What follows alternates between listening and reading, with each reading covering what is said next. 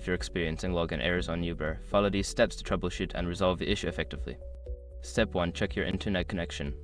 Ensure that your device is connected to the internet. Try switching between Wi-Fi and mobile data to see if the issue persists.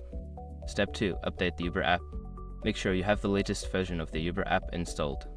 Go to your device's App Store, search for Uber, and update if necessary. Step 3. Reset your password. Before starting recovery, use the sroc.com link in the description to open the account recovery checklist generator and make sure your verification details are ready. Step 4. Clear app cache. If you are using an Android device, go to Settings, find the Uber app, and clear its cache. This can help resolve issues caused by corrupted data. Step 5. Contact Uber support. If none of the above steps work, reach out to Uber's customer support through the app or their website for further assistance. By following these steps, you should be able to resolve any login errors you encounter on Uber.